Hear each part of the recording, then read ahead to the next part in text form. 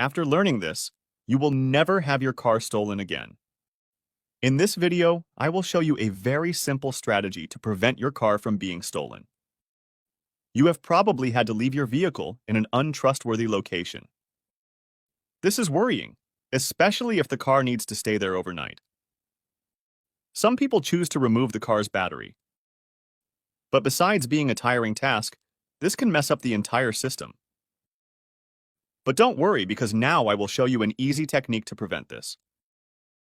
Anyone can do it, even those who know nothing about mechanics.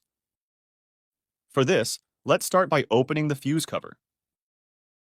In this and most cars, it is located under the steering wheel. But regardless of the location, it is very easy to find.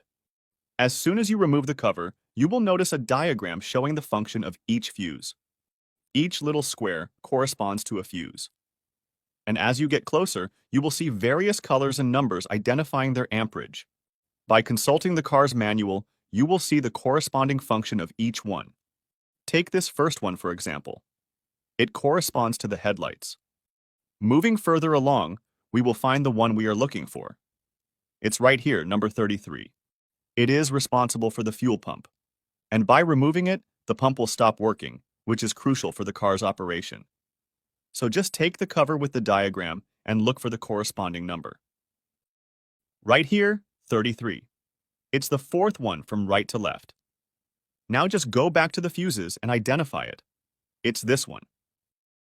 To remove it, you should not use a utility knife or any object that could damage the fuse.